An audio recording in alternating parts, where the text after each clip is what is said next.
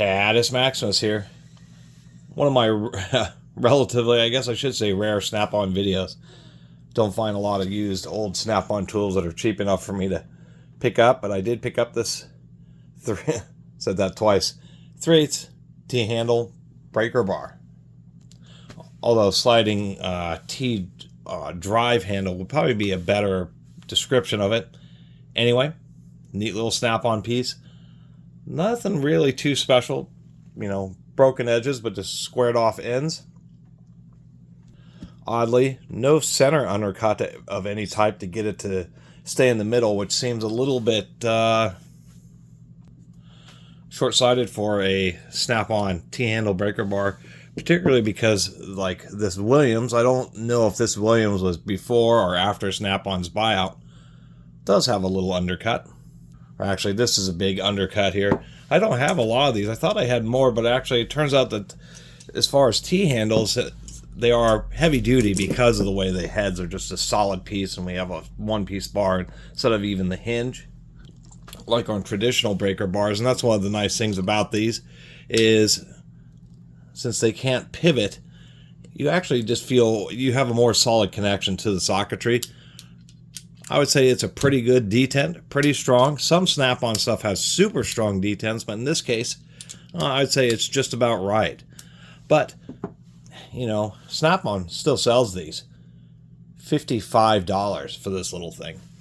So anyway, I think I have a Craftsman, maybe one or two others, but these are the main ones I wanted to compare to, where its contemporary counterpart, the Williams. We do have an Indestro here. And I do have a old school Wright tools, which oddly enough roll stamps the rod itself. And then you can see what Wright did. They ground the rod because when you roll stamp, it upsets the metal some. Wright also has just a very shallow undercut for centering the head.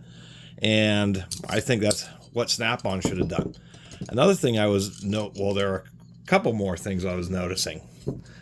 Is if we take a look at the Snap-on versus all these others, even including the Williams, the Snap-on is the shortest one. And so, for the greatest tool company in the world, I'm stoked to have picked up a Snap-on sliding T-handle, but no undercut, pretty short handle. I'd say the head size is pretty small, especially, if you can, it's a bit smaller than the Indestro here. Although, probably more than adequate, probably as strong as the drive square is. But what it is missing, besides the undercut, is these little secondary recesses here.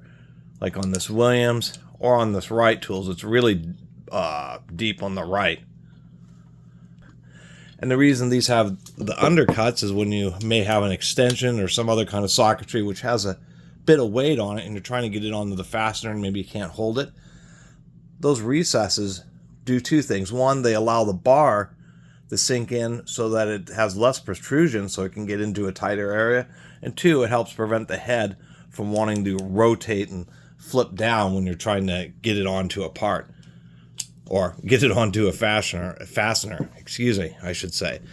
And those are a couple of oversights that I thought is maybe even uncharacteristic of Snap-on. And if we look at that bar protrusion compared to this Wright, there is a big difference there. Now, the Wright tools has just about the highest amount of clearance, but even compared to the Williams, it does stick out quite a bit. I was going to say the Williams I kind of like better because they kind of rounded off the ends of the bar just a little bit here, where once again, they're just completely squared off on the Snap-on. Just ground on that side. A little bit of a boo-boo there. Anyway, I already talked too long about a super simple tool. I like these because, once again, they're just real solid when you use them. Put them in the middle and then spin out your fastener quickly. They also allow you to, if you have a rusty fastener, to twist it, pull the handle up, twist it again, pull the handle up, and so on. So, a lot of times I find, if you're changing a light bulb on a real rear tail light or something like that, a lot of times this is just the kind of wrench that I like using. So it's nice to add it to my collection of old school, high quality sliding T drive handles. And glad I could share it with y'all. Really appreciate everybody who's been watching and subscribing, and we'll see you next time.